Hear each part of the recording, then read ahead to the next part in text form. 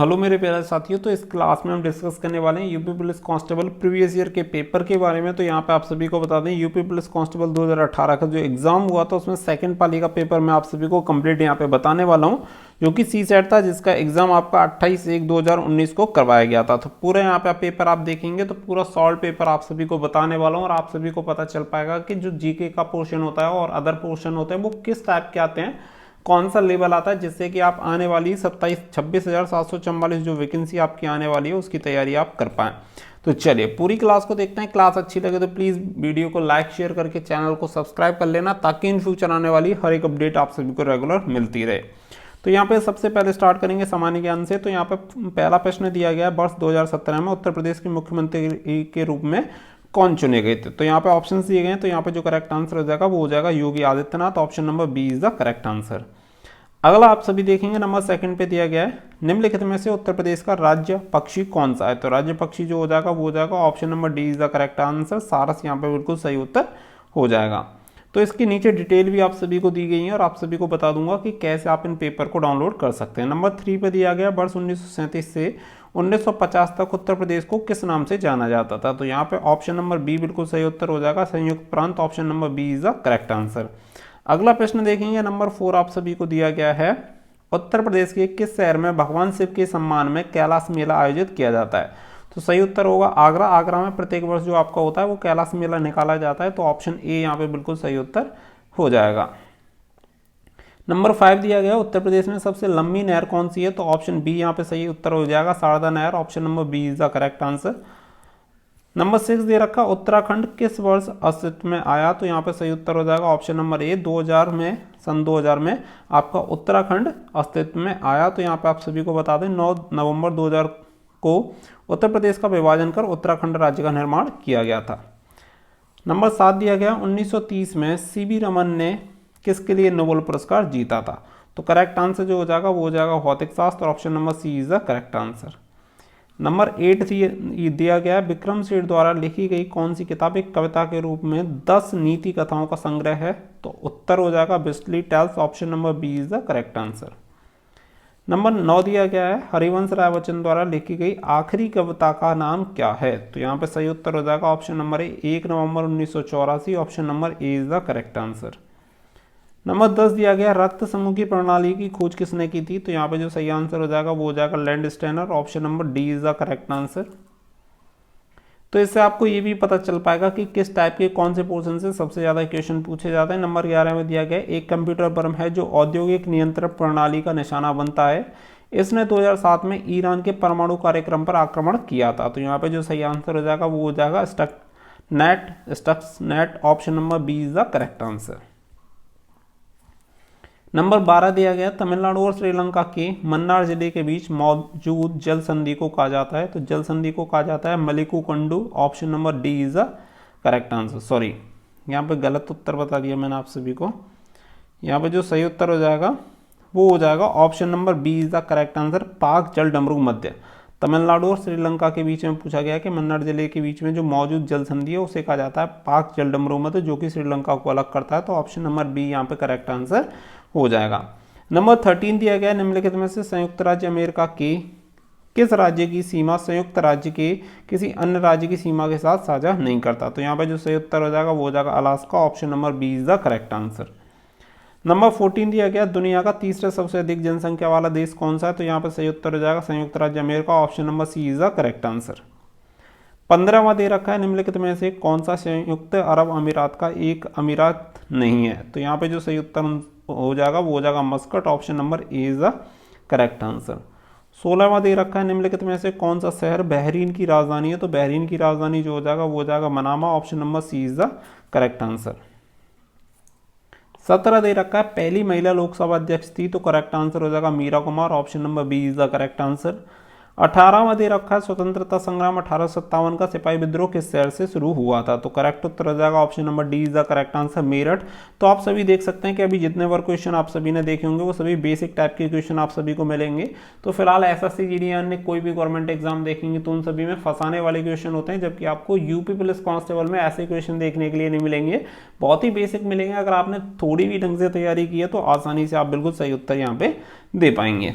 Number 19 दे रखा है पारंपरिक अल्पाहार खांडवी किस भारतीय राज्य से संबंधित है, तो करेक्ट आंसर हो जाएगा option number A, Gujarat is the correct answer. 20वां दे रखा है भारत के पहले हिंदी भाषा के अखबार का नाम बताएं जिसे पहली बार 30 मई 1826 को प्रकाशित किया गया था, तो करेक्ट आंसर हो जाएगा Udant Martand, option number B is the correct answer. 21वां दे रखा है इनमें से कौन सी गेहूं की उच्च पैदावार देने वाली बीज किस्म है जिसका भारत में हरित क्रांति का योगदान था, तो करेक्ट आंसर हो जाएगा Lerma Rojo, option number B is the correct answer.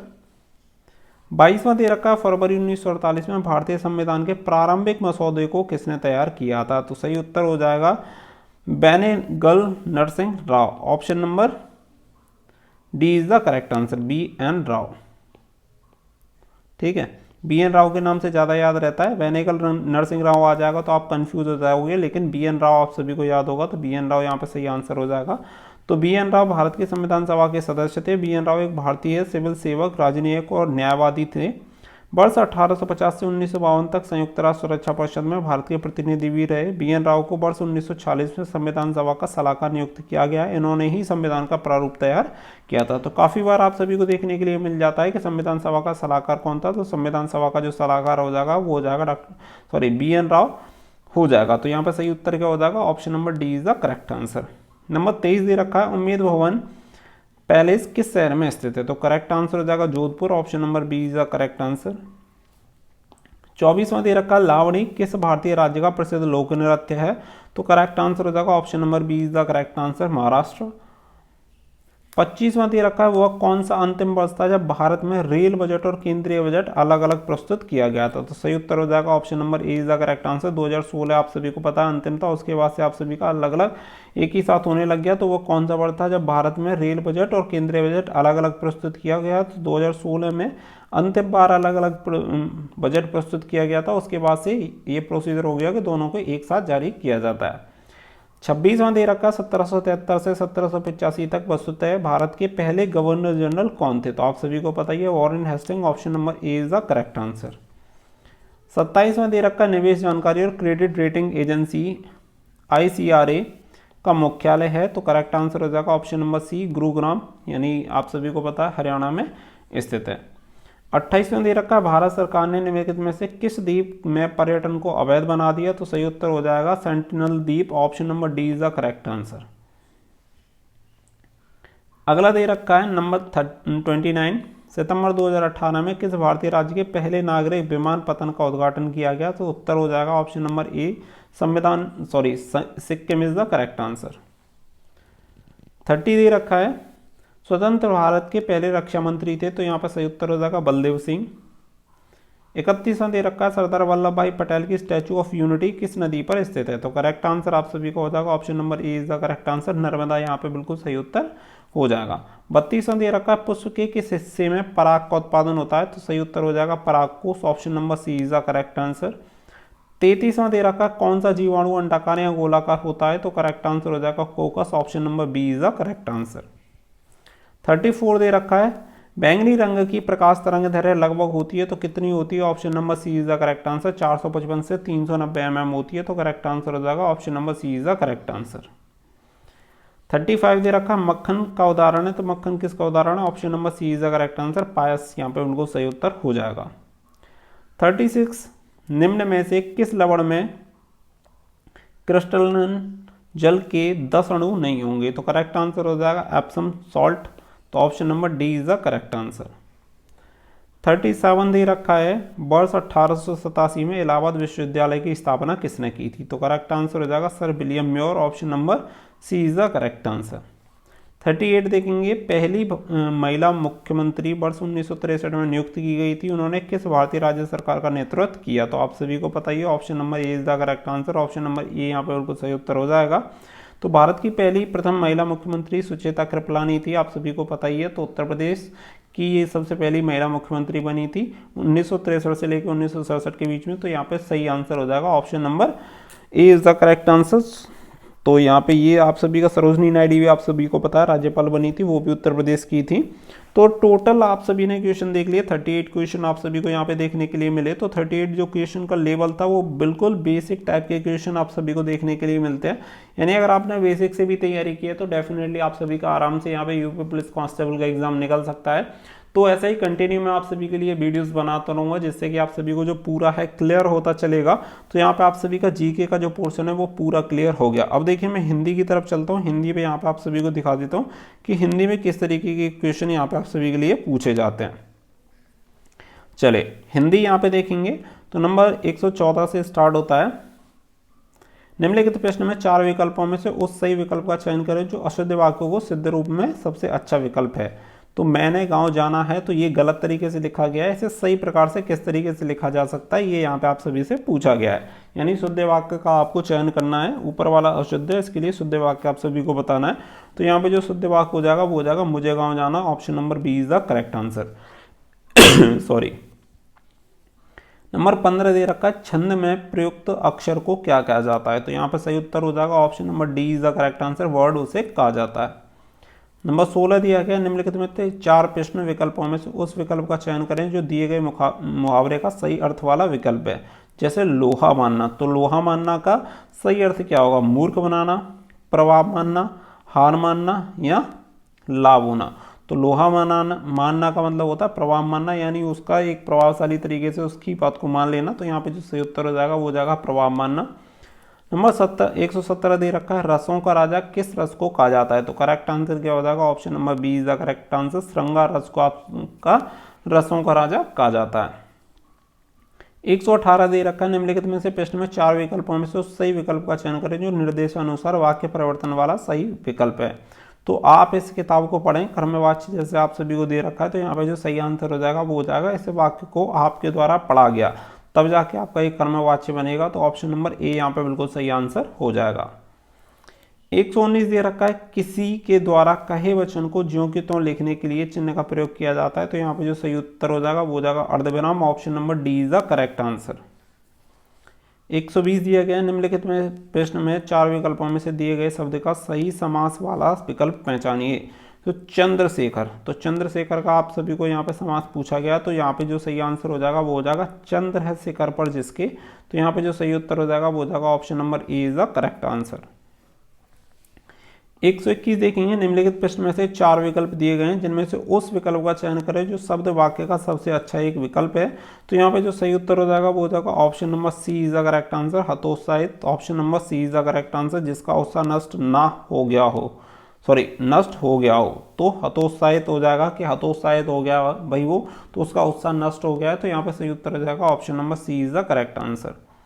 22 दे रखा है, निम्नलिखित प्रश्नों में से 4 विकल्प दिए गए हैं जिनमें से एक शब्द दिए गए अनेकार्थी शब्द का अर्थ है उस शब्द को चुने। तो जलज, जलज का क्या हो जाएगा option number B is the correct answer. मछली यहाँ पे बिल्कुल सही आंसर हो जाएगा, option number B is the correct answer. तो अनेकार्थ शब्द जलज के अर्थ होते हैं मछली, कमल, मोती, सितारा, चंद्रमा। तो ये सभी हो जाएंगे। तो यहाँ पे सही आंसर क्या हो जाएगा, option number B is the correct answer. 123 दे रखा है, निम्नलिखित प्रश्नों में से 4 विकल्प में से उस सही विकल्प का चयन करें जो निम्न वाक्य को पूर्वकालिक क्रिया परिवर्तन वाक्य बताता है। तो यहाँ पे जो सही उत्तर हो जाएगा वो हो जाएगा जैसे कि बच्चों ने गृह कार्य किया वे खेलने लग गए। तो यहाँ पे जो सही उत्तर हो जाएगा वो हो जाएगा ऑप्शन नंबर सी, बच्चे गृह कार्य करके खेलने लग गए। तो option number C is the correct answer. 124 निम्नलिखित प्रश्नों में से 4 विकल्पों में से रेखांकित पद की उचित कारक को पहचानिए। हे प्रभु रक्षा कीजिए, तो हे प्रभु जो आप सभी का दे रखा है वो क्या हो जाएगा, संबोधन कारक। तो option number A is the correct answer. 125 निम्नलिखित प्रश्नों में से 4 विकल्पों में से उस सही विकल्प का चयन करें जो निर्देश अनुसार वाक्य परिवर्तन वाला सही वाक्य है। बच्चों ने खेल खेला, तो भविष्यकाल यहाँ पे लिखा हुआ है। तो यहाँ पे जो सही आंसर हो जाएगा भविष्यकाल क्या हो जाएगा, बच्चे खेल खेलेंगे। तो भविष्य क्या हो जाएगा, खेलेंगे, फ्यूचर की बात की जाएगी। खेला सही नहीं रहेगा, तो यहाँ पे भविष्यकाल इसका पूछा गया है कि इसका भविष्यकाल क्या हो जाएगा, बच्चे खेल खेलेंगे। तो सही उत्तर हो जाएगा option number D is the correct answer. 126 निम्नलिखित प्रश्न में 4 विकल्प दिए गए हैं जिनमें से उस विकल्प का चयन करें जो दिए गए शब्द का सही स्त्रीलिंग शब्द है। जैसे राजपूत दिया गया, तो राजपूत शब्द का पुल्लिंग दे रखा है, तो आपको स्त्रीलिंग बनाना है। तो स्त्रीलिंग क्या हो जाएगा, राजपूतानी। Option number A is the correct answer.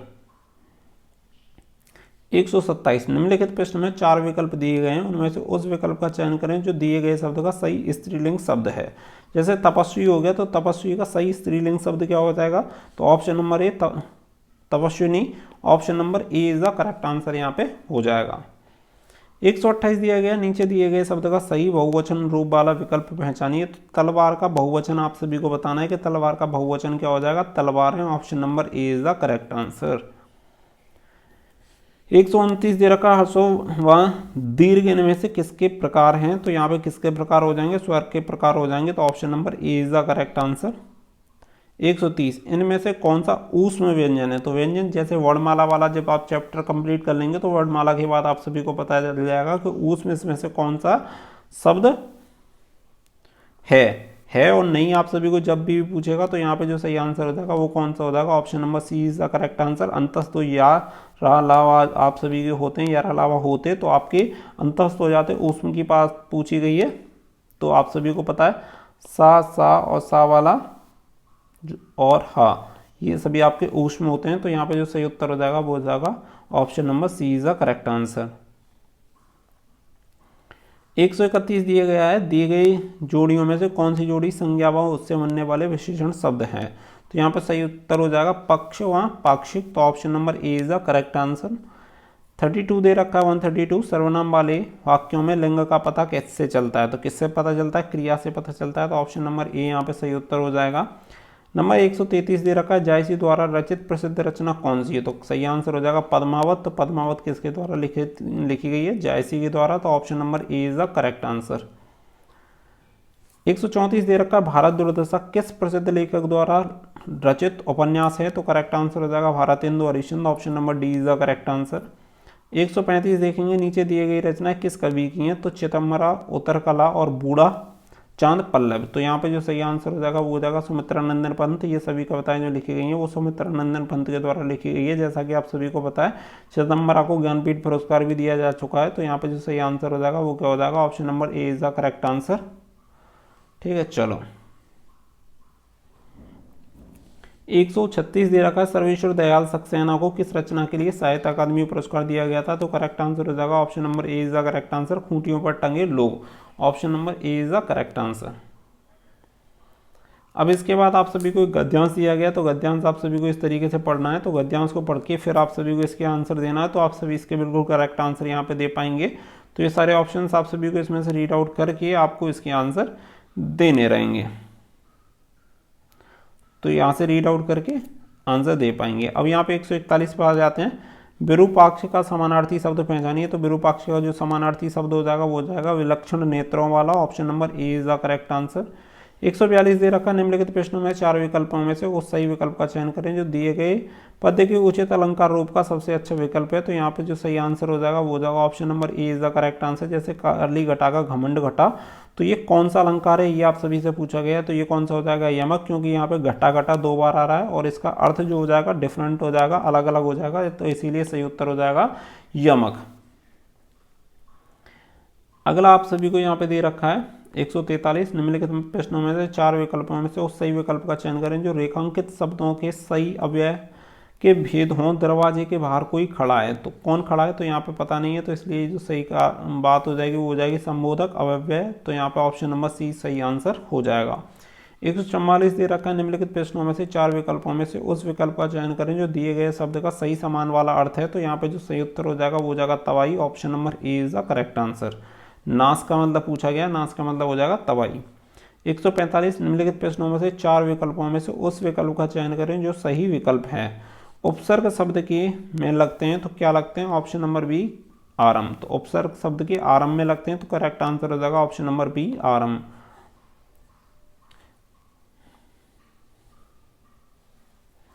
140 दे रखा है, निम्नलिखित प्रश्न में 4 विकल्पों में से उस विकल्प का चयन करें जो प्रत्यय से नहीं बना है। प्रत्यय से क्या नहीं बना, ऑप्शन नंबर डी बखूबी प्रत्यय से नहीं बना है, बाकी सभी प्रत्यय से बने, तो यहाँ पे जो करेक्ट आंसर हो जाएगा वो हो जाएगा ऑप्शन नंबर डी बखूबी। 140 के बाद आती है 147, निम्नलिखित प्रश्नों में से 4 विकल्प दिए गए हैं जिनमें से एक शब्द दिए गए शब्द का सही तद्भव है। तद्भव तत्सम आप सभी को पता ही होगा, संस्कृत भाषा से लिए गए शब्द जो कि ज्यों की त्यों बोले जाते हैं उन्हीं को तत्सम कहा जाता है, और जो अपने हिसाब से जिनमें बदलाव करके यूज़ किए गए उन्हें तद्भव कहा जाता है। तो यहाँ पे दिए गए शब्द का सही तद्भव रूप पूछा गया है, तो जैसे कपोत दिया गया है तो कपोत का सही तद्भव पूछा गया है जो आज की भाषा में हम यूज़ करते हैं। तो करेक्ट आंसर हो जाएगा कबूतर। तो कपोत जो आपको हो जाएगा वो हो जाएगा तत्सम, तत्सम हो जाएगा कपोत, और कबूतर क्या हो जाएगा तद्भव आपका कबूतर हो जाएगा। अगला दिया गया है 148, निम्नलिखित प्रश्नों में से 4 विकल्पों में से दिए गए शब्द के विपरीत अर्थ वाला विकल्प चुनिए। तो संयोग दिया गया है, तो संयोग का आपको विपरीत वाला शब्द बताना है, विलोम शब्द बताना है। तो करेक्ट आंसर हो जाएगा वियोग, संयोग का मिलना और वियोग का बिछड़ना। 149, निम्नलिखित में से 4 प्रश्नों में से उस विकल्प का चयन करें जो संधि विक्षेप वाला विकल्प है। तो उल्लास, उल्लास का सही संधि विक्षेप का हो जाएगा ऑप्शन नंबर ए उत्लास। ठीक है, उत प्लस लास, option number A is the correct answer. 150, निम्नलिखित प्रश्न में 4 विकल्प दिए गए हैं जिनमें से उस विकल्प का चयन करें जो शब्द का सबसे अच्छा विकल्प है। जैसे पतन, पतन का समानार्थी शब्द क्या हो जाएगा, तो ये आप सभी से पूछा गया। तो पतन का समानार्थी जो सबसे इसमें से उचित विकल्प जो हो जाएगा वो हो जाएगा गिरना, ऑप्शन नंबर ए यहाँ पे बिल्कुल सही उत्तर हो जाएगा। तो टोटल हमने जो आपके डिस्कस किए वो आपके जीके और हिंदी यहाँ पे डिस्कस किया। बाकी के जो सब्जेक्ट आपका रह गया मैथ रह गया और रीजनिंग। मैथ रीजनिंग को हम अगली किसी भी क्लास में डिस्कस कर लेंगे और आप सभी को पूरा कंप्लीट दिखा देंगे कि किस टाइप के क्वेश्चन आते हैं। तो चैनल को सब्सक्राइब कर लेना, वीडियो को ज़्यादा से ज़्यादा शेयर कर देना ताकि और भी लोगों तक पहुँचे। तो फिलहाल के लिए बस इतना ही। So thank you for watching. Jai Hind, जय भारत।